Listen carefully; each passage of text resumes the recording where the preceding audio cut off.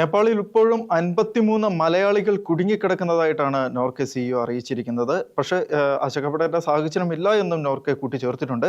ഇവർ അകപ്പെട്ടിരിക്കുന്നത് ഒറ്റപ്പെട്ട സ്ഥലങ്ങളിലാണ്. കണ്ടെത്താനുള്ള ശ്രമം തുടരുന്നുവെന്നും കൂടുതൽ മലയാളികൾ ഉണ്ടോ എന്നുള്ള അന്വേഷണം നടക്കുന്നതായിട്ടുമുള്ള റിപ്പോർട്ടുകൾ പുറത്തു വരുന്നുണ്ട്. നേപ്പാളിലെ മിന്നൽ പ്രളയത്തിൽ മരണം 170 ആയിട്ട് ആണ് ഇപ്പോൾ രേഖപ്പെടുത്തിയിരിക്കുന്നത്. മരണസംഖ്യ ഉയരാനുള്ള സാധ്യതകൾ നിലനിൽക്കുന്നുണ്ട്. അതുപോലെ ഇന്ത്യക്കാർ 300ഓളം പേരെ ഇന്ത്യക്കാരായിട്ടുള്ളവരെ കാണാതായിട്ടുണ്ട് എന്നുള്ള റിപ്പോർട്ടുകളും പുറത്തു വരുന്നുണ്ട്. മൊത്തം 800-ന് മുകളിൽ ആളുകളെയാണ് കാണാതായിരിക്കുന്നത് എന്നാണ് മനസ്സിലാക്കാൻ സാധിക്കുന്നത്. നമ്മളോടൊപ്പം ശ്രീ ഷാബു പ്രസാദ്, അദ്ദേഹം ഇപ്പം നമ്മളോടൊപ്പം ചേരുന്നുണ്ട്. അന്താരാഷ്ട്ര നിരീക്ഷകനാണ്. സാർ, നമുക്ക് എങ്ങനെ വിലയിരുത്താൻ സാധിക്കും, നേപ്പാളിന് ഇതുപോലൊരു വലിയൊരു ദുരന്തം താങ്ങാനുള്ള ഒരു ശേഷി ഉണ്ടോ? അതിന് സജ്ജമായിരുന്നോ? ഇതുപോലുള്ള ദുരന്തങ്ങൾ ആവർത്തിക്കുമ്പോൾ, ഇപ്പോൾ ഈ കഴിഞ്ഞ മാസങ്ങളൊക്കെ നമ്മൾ നോക്കുകയാണെങ്കിൽ പോലും ലോകത്തിന്റെ പല ഭാഗങ്ങളിൽ ഇതുപോലുള്ള ദുരന്തങ്ങൾ ആവർത്തിച്ചു വരുന്നത് നമുക്ക് കാണാൻ സാധിക്കും. നമുക്ക് ഈ ഒരു സാഹചര്യത്തിൽ ഇന്ത്യയുടെ ഒരു ഇടപെടൽ നേപ്പാളിന് എത്രത്തോളം ഉപകാരമാകും, അല്ലെങ്കിൽ നേപ്പാൾ അത് എങ്ങനെ വിലയിരുത്തും എന്നൊക്കെ ഒന്ന് ചർച്ച ചെയ്താൽ കൊള്ളാമെന്ന് എനിക്ക് തോന്നുന്നു. അല്ല, അത് നേപ്പാളിലെ പോലൊരു ചെറിയ രാജ്യത്തിന്, അതായത് സാമ്പത്തിക ശേഷി കൊണ്ടും അവിടുത്തെ സാമൂഹിക സാഹചര്യങ്ങൾ കൊണ്ടും അങ്ങനെയുള്ള ഒരുപാട് കാരണങ്ങൾ കൊണ്ട് തന്നെ ഇത്ര വലിയ ദുരന്തം കൈകാര്യം ചെയ്യാനുള്ള ശേഷി നേപ്പാളിനുണ്ട് എന്ന് ഞാൻ വിശ്വസിക്കുന്നില്ല. എന്തായാലും ഒരു അന്താരാഷ്ട്ര സമൂഹത്തിന്റെ, പ്രത്യേകിച്ച് തൊട്ടയൽ രാജ്യമായ, സൗഹൃദ രാജ്യമായ ഭാരതത്തിന്റെ ആ ഒരു ഇടപെടൽ അവിടെ അത്യാവശ്യം തന്നെയാണ്. അതുപോലെ തൊട്ടപ്പുറത്ത് കിടക്കുന്ന ചൈനയുടെയും, കാര്യം ഈ രണ്ട് രാജ്യങ്ങളും വലിയ രാജ്യങ്ങളാണ്, അത്യാവശ്യം നല്ല ഇൻഫ്രാസ്ട്രക്ചർ ബേസ് ഉള്ള കഴിവുള്ള രാജ്യങ്ങളാണ്, കരുത്തുറ്റ രാജ്യങ്ങളാണ്. ഈ രാജ്യങ്ങൾക്ക് വലിയ പങ്ക് എന്തായാലും നേപ്പാളിൽ സംഭവിച്ച ഈ മഹാദുരന്തത്തിനുണ്ടാവും. അതൊക്കെ ഇത് ഈ നേപ്പാൾ, ടിബറ്റ്, ചൈന അതിർത്തിയിലാണ് ഇത് സംഭവിച്ചിരിക്കുന്നത്. അതായത് ചൈന ഭാഗത്ത് നിന്ന് പൊട്ടിയൊലിച്ചു വന്ന ആ വലിയ പ്രളയജലമാണ് നമ്മൾ കണ്ട ദൃശ്യങ്ങൾക്ക് കാരണമായിട്ടുള്ളത്. തീർച്ചയായിട്ടും ഇതിൻ്റെ അകത്ത് ധാർമ്മികമായ ഉത്തരവാദിത്വം ഈ തൊട്ടടുത്ത് കിടക്കുന്ന വലിയ രാജ്യങ്ങൾക്കുള്ളതിൽ സംശയമൊന്നുമില്ല. പിന്നെ ഇത് എന്തുകൊണ്ട് ആവർത്തിക്കുന്നു എന്നൊക്കെയുള്ള ചോദ്യത്തിന് നമുക്കൊന്നും പറയാനില്ല. ഒന്നാമത്തെ കാര്യം, ഈ ഹിമാലയ റീജിയൻ എന്ന് പറയുന്നത്, ഹിമാലയം എന്ന് പറയുന്നതിന് ലോകത്തിലെ ഏറ്റവും യങ്ങസ്റ്റ് മൗണ്ടൻ ആണ്, മൗണ്ടൻ നിരയാണത്, ഏറ്റവും ചെറുപ്പമാണത്. കഴിഞ്ഞാൽ തന്നെ കോടിക്കണക്കിന് വർഷങ്ങളുണ്ട്, എങ്കിൽ പോലും ലോകത്തിൽ ഏറ്റവും അവസാനമുണ്ടായ പർവ്വത നിരകളാണ് ഈ ഹിമാലയത്തിലുള്ളത്. അതുകൊണ്ട് തന്നെ ഹിമാലയൻ സോയിൽ എന്ന് പറയുന്നത് വളരെ മൃദുവാണ്, ഉറച്ച മണ്ണല്ല. അതുകൊണ്ട് തന്നെ അവിടെ ഇതുപോലെയുള്ള ഈ ദുരന്തങ്ങൾ ഉണ്ടാകാനുള്ള സാധ്യത പൊതുവേ വളരെ കൂടുതലാണ്.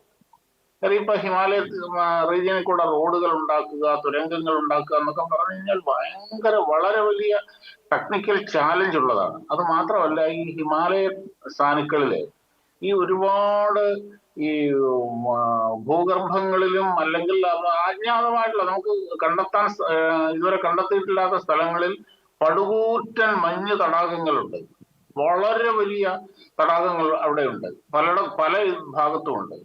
ചിലപ്പം എന്തെങ്കിലും ഒരു കാരണവശാൽ ഇത് പൊട്ടിപ്പോയാൽ ഇത് കുത്തിയൊലിച്ച് അടുത്ത നദികളിലേക്കും അടുത്ത പ്രദേശങ്ങളെ മുഴുവൻ തകർക്കും. ഇന്ത്യയിലും ഇത് ഉണ്ടായിട്ടുണ്ട്.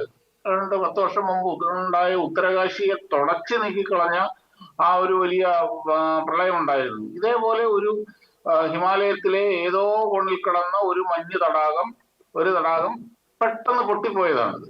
വലിയ ഡാം പൊട്ടുന്ന മാതിരിയാണ് സംഭവിക്കുന്നത്. ഇപ്പൊ നമ്മളിതിപ്പോ കാണുന്നത് ഒരു ഡാം, ഇടുക്കി ഡാം പോലെയൊക്കെയുള്ള ഒരു വലിയ ഡാം പൊട്ടിക്കഴിഞ്ഞാൽ എന്തായിരിക്കും ആ പ്രദേശത്തിന് സംഭവിക്കുക എന്നുള്ളതിന്റെ ഏറ്റവും വലിയൊരു ഉദാഹരണമാണ് നമ്മളിപ്പോ ഈ സ്ക്രീനിലൊക്കെ ഇപ്പൊ ഈ കണ്ടുകൊണ്ടിരിക്കുന്നത്.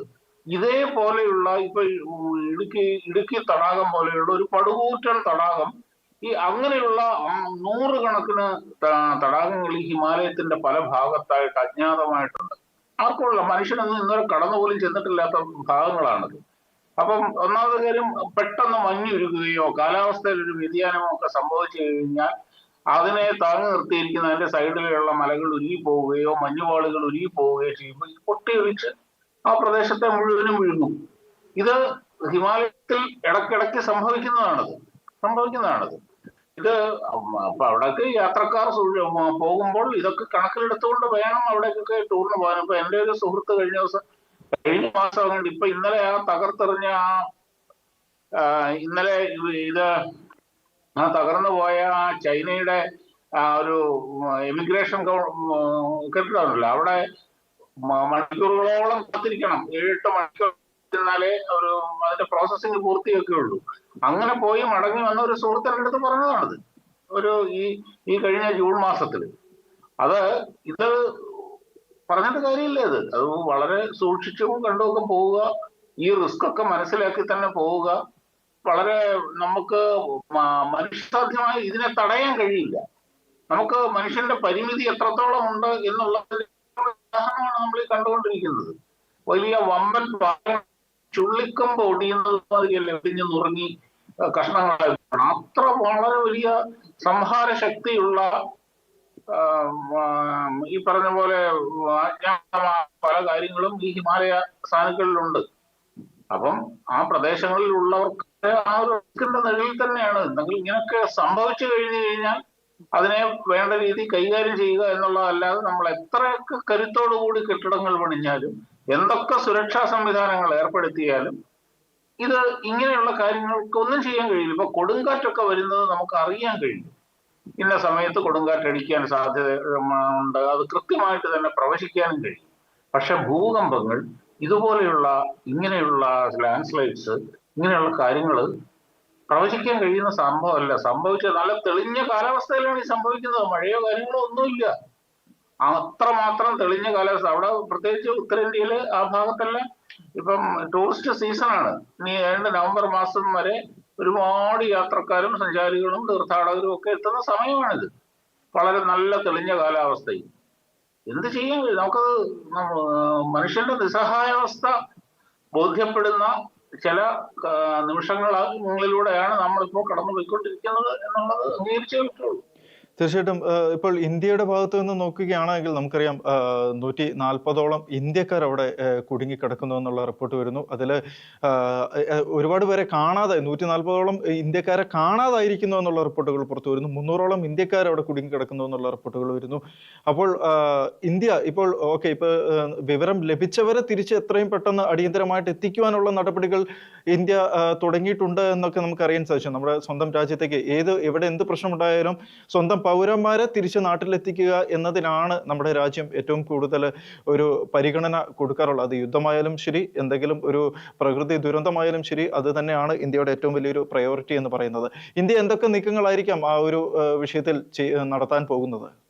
അല്ല, ഒന്നാമത്തെ കാര്യം, ഇവര് എവിടൊക്കെയാണ് കുടുങ്ങിക്കിടക്കുന്നത് എന്നുള്ളതിനെ പറ്റി ഇപ്പോഴും കൃത്യമായ ഒരു വിവരം കിട്ടിയിട്ടില്ല.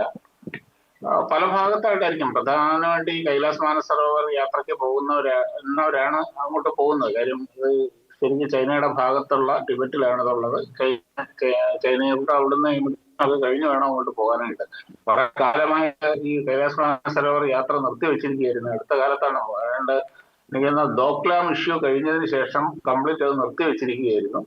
വീണ്ടും ഈ അടുത്ത കാലത്താണ് ഇത് തുടങ്ങിയത്. അപ്പൊ സ്വാഭാവികമായിട്ട് കൈലാസ് മാനസരോവർ എന്ന് പറയുന്നത് ഇവിടെ ഹിന്ദുക്കളെ സംബന്ധിച്ചുള്ള ഏറ്റവും പുണ്യമായിട്ടുള്ള ഒരു സ്ഥലങ്ങളിലൊന്നാണ്. അതുകൊണ്ട് അങ്ങോട്ടുള്ള യാത്ര കൂടുതലും ഇന്ത്യയിൽ നിന്ന് തന്നെ ആയിരിക്കുകയും ചെയ്യും പൊതുവെ. അതുകൊണ്ട് തന്നെ 300ഓളം ഇന്ത്യക്കാരെ കാണാനില്ല എന്ന് പറയുന്നത് വളരെ ആശങ്കജനകമായ ഒരു കാര്യമാണിത്. ഇത് ഇന്ത്യ എന്താണ് ചെയ്യുന്നത്? കാര്യം ദുരന്തങ്ങൾ കൈകാര്യം ചെയ്ത്, പ്രകൃതി ദുരന്തങ്ങളടക്കം ഏത് ദുരന്തങ്ങളും കൈകാര്യം ചെയ്ത് പരിചയസമ്പന്നമായ ഒരു രാജ്യമാണ് നമ്മുടെ രാജ്യം. കാരണം ഒരുപാട് കാലാവസ്ഥാ വൈവിധ്യങ്ങളും ഭൂപ്രകൃതിയിലുള്ള വൈവിധ്യങ്ങളും അങ്ങനെ ഒരുപാട് അനുഭവ സമ്പത്ത് നമുക്കുണ്ട്. അപ്പം ഇത് ഓരോ ദുരന്തവും നമുക്ക് പണ്ട് ഉത്തരകാശിയിൽ കൈകാര്യം ചെയ്ത മാതിരിയില്ല. കാര്യം അതിൽ എല്ലാ ദുരന്തങ്ങൾക്കും അതിൻ്റെതായ ഒരു യുണീക് സ്വഭാവം ഉണ്ടായിരിക്കും. ആ ദുരന്തത്തിനനുസരിച്ച് അതിനെ വളരെ പെട്ടെന്ന് പഠിച്ച് അതിവേഗത്തിൽ പ്രവർത്തിക്കുക എന്നുള്ളതാണ് അതിന്റെ സിസ്റ്റം. ഇവിടെ എങ്ങനെയാണ് ഇത് ചെയ്യാൻ പോകുന്നത് എന്നുള്ളതിനെ പറ്റി നമുക്ക് ഇപ്പൊ നമുക്കൊന്നും പറയാൻ കഴിയില്ല. അത് കാര്യം ഇപ്പൊ ആധുനിക സാങ്കേതിക വിദ്യകളുടെ സഹായത്തോടെ ആദ്യം ഇവരെ എത്രയും പെട്ടെന്ന് ലൊക്കേറ്റ് ചെയ്യുക, കാണാതായവരെ, കുടുങ്ങിക്കിടക്കുന്നവരെ ലൊക്കേറ്റ് ചെയ്യുക എന്നുള്ളതാണ് ആദ്യത്തെ പണി. ലൊക്കേറ്റ് ചെയ്ത് കഴിഞ്ഞാൽ മാത്രമേ അവിടെ നിന്ന് എങ്ങനെ അവിടുത്തെ ഭൂപ്രകൃതിയും കാലാവസ്ഥയും അതിനനുസരിച്ച് പ്രവർത്തിച്ച് വേണം കൊണ്ടുവരാൻ. അതായത് പറഞ്ഞത് ഓരോ ദുരന്തവും ഓരോ സംഭവവും അതിൻ്റെതായ രീതിയിൽ വ്യത്യസ്തമാണത്. അതുകൊണ്ട് ഇതിനൊരു യൂണിഫോം നേച്ചർ ഒന്നും ഇല്ല. ഈ ദുരന്ത എത്ര അനുഭവ സമ്പത്ത് ഉണ്ടെങ്കിൽ പോലും ഓരോ ദുരന്തവും നമുക്ക് പുതിയതാണ്. ഇവരുടെ അനുഭവത്തിൽ നിന്നും ഇവരുടെ പരിചയത്തിൽ നിന്നും ഒക്കെ ചെയ്യുന്ന അവിടെ അവര് പാനിക്കാവാതെ അതിനനുസരിച്ച് പെട്ടെന്ന് ആലോചിച്ച് പെട്ടെന്ന് തീരുമാനങ്ങൾ എടുക്കാനുള്ള ഒരു കഴിവ് എന്നുള്ളതല്ലാതെ ഉത്തരകാശിയിൽ ചെയ്ത പോലെ ഇവിടെ ചെയ്യാം, അല്ലെങ്കിൽ ചെയ്ത പോലെ ഇവിടെ ചെയ്യാം, അങ്ങനെ ഒരിക്കലും കഴിയില്ല.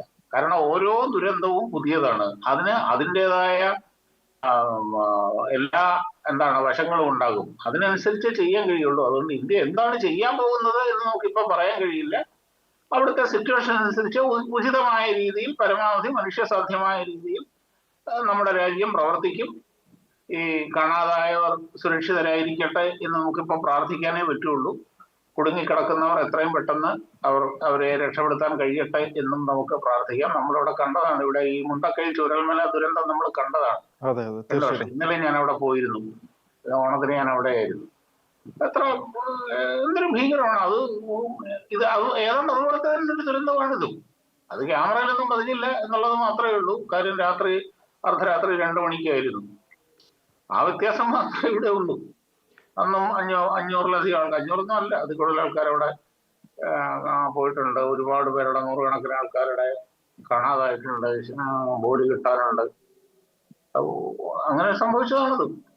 തീർച്ചയായിട്ടും. ഇപ്പോൾ ഇന്ത്യയുടെ പല ഭാഗങ്ങളിലും ജാഗ്രതാ നിർദ്ദേശം നൽകിയിട്ടുണ്ട് എന്നുള്ള റിപ്പോർട്ടുകളും പുറത്തു വരുന്നുണ്ട്. നമുക്കറിയാം ബീഹാർ പോലുള്ള പല പ്രദേശങ്ങളിലും ജാഗ്രതാ നിർദ്ദേശം നൽകിയിട്ടുണ്ട് എന്ന് അറിയാൻ കഴിയുന്നു. ടിബറ്റൻ മേഖലയിൽ ഈ പ്രളയത്തെ തുടർന്ന് ഫോട്ടോകോഷി നദിയിലെ ജലനിരപ്പ് 3 മീറ്ററോളം ഉയർന്നു എന്നുള്ള ഒരു റിപ്പോർട്ടും പുറത്തു വരുന്നുണ്ട്.